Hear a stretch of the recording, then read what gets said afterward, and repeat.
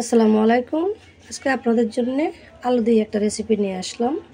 এখানে আমি 4টা আলু নিয়েছি বড় সাইজের এবং ছিলে নিয়েছি খোসাটা। চলুন তাহলে আলু দিয়ে আমি যে রেসিপিটা বানাচ্ছি তা বাচ্চাদের জন্য কিন্তু খুব প্রয়োজনীয় একটা রেসিপি। কিভাবে বানাচ্ছি আমি তাহলে দেখতে থাকুন। এখানে আমি একটা এরকম গ্রেটার নিয়েছি। চিপসের আকারে এভাবে পাতলা পাতলা করে স্লাইস করে নিব। এভাবে পাতলা পাতলা করে স্লাইস করে নেবেন, যেভাবে পারেন আপনারা দা বটি যেটা দিয়ে হয় ঠিক এভাবে করে নেবেন। দেখুন আমি সবগুলো আলুকে এভাবে স্লাইস করে কেটে ভালো করে পরিষ্কার করে নিচ্ছি। এবার এখানে দিয়ে দিব সামান্য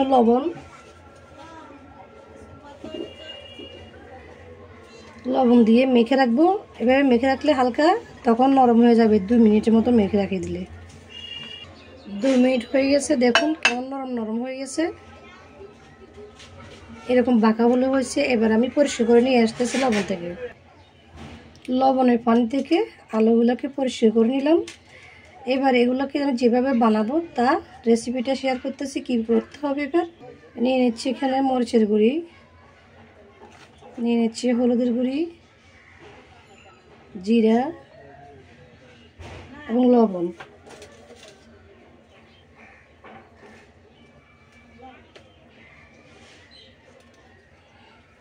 দিয়ে দিচ্ছি কর্নফ্লাওয়ার,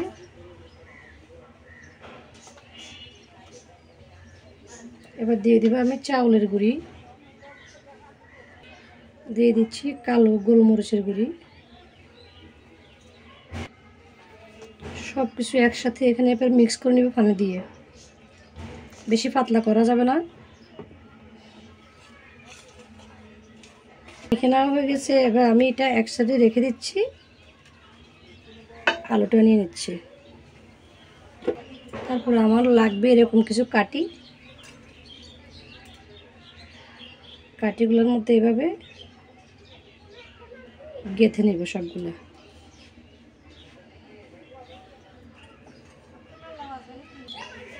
দেখুন আমি সবগুলোকে গেঁথে নিলাম। এবার যেটা করতে হবে, আমাকে যে মিশ্রণটা রেডি করে রাখছি ওখানের মধ্যে এগুলো ঘুরিয়ে ঘুরিয়ে পেঁচিয়ে নিতে হবে।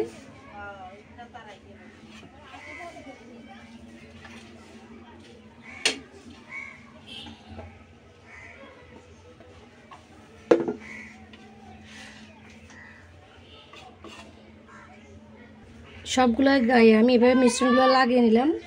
সবগুলোর গায়ে আমি এভাবে মিশ্রণটা লাগিয়ে নিলাম। এবার চলুন ভেজে নিচ্ছি। চুলায় একটা প্যান বসিয়ে দিলাম, তার মধ্যে দিয়ে দিচ্ছি আমি সয়াবিন তেল পরিমাণ মতো। তেলটা গরম হওয়া পর্যন্ত অপেক্ষা করব। গরম হয়ে আসছে। এবার আমি আলুর চিপসটা দিয়ে দিচ্ছি।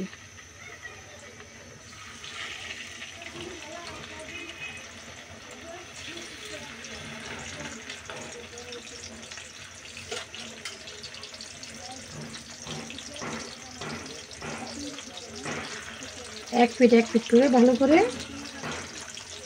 ভেজে নিচ্ছি। দেখুন সবগুলো এরকম গোল্ডেন কালার হয়ে আসলে নামিয়ে নিব এখন আমি চুলা থেকে।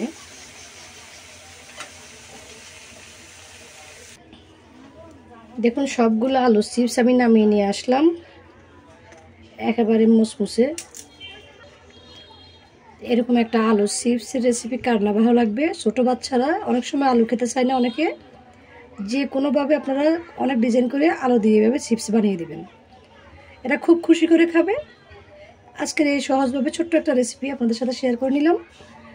সহজ রেসিপিগুলো পাওয়ার জন্য আমার চ্যানেলটাকে সাবস্ক্রাইব করে আমার পাশে থাকবেন। আজকের মতো বিদায় নিচ্ছি। তাহলে ভালো থাকবেন সবাই। আল্লাহ হাফেজ।